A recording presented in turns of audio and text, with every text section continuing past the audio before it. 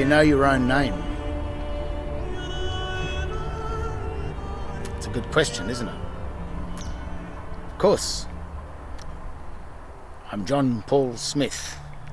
That's my name.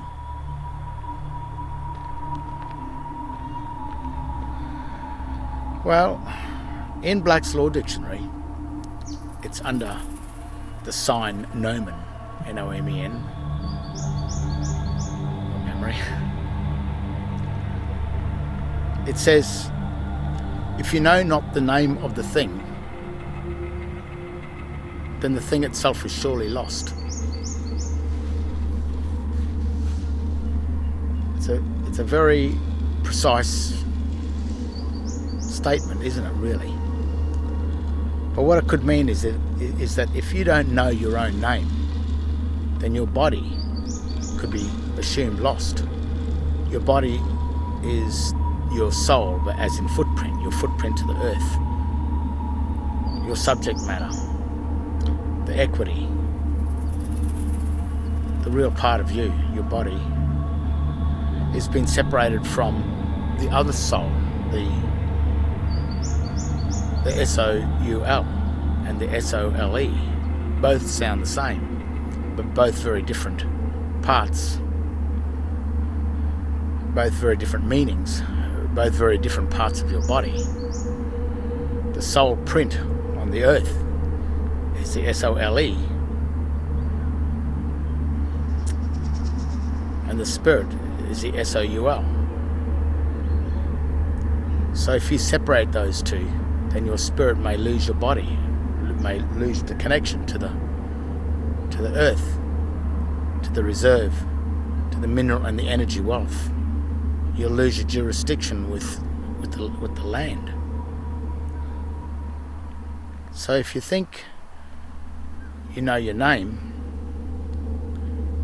but it's the wrong name that you give in a court or on a contract, then you can sort of see that things can go pretty bad for you.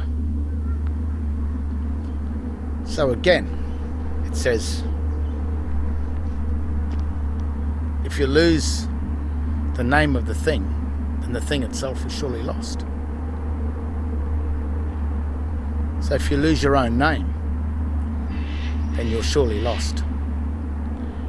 If you think about it and look carefully on your birth certificate, your state birth certificate, it gives you a name and a surname.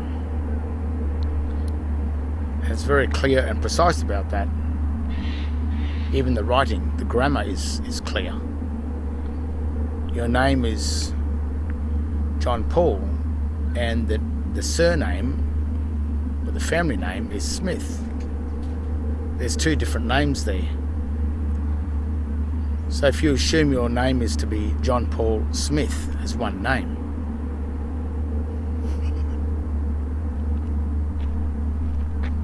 then how did you do that? How did you come up with that? So the magistrate must make a trust for you.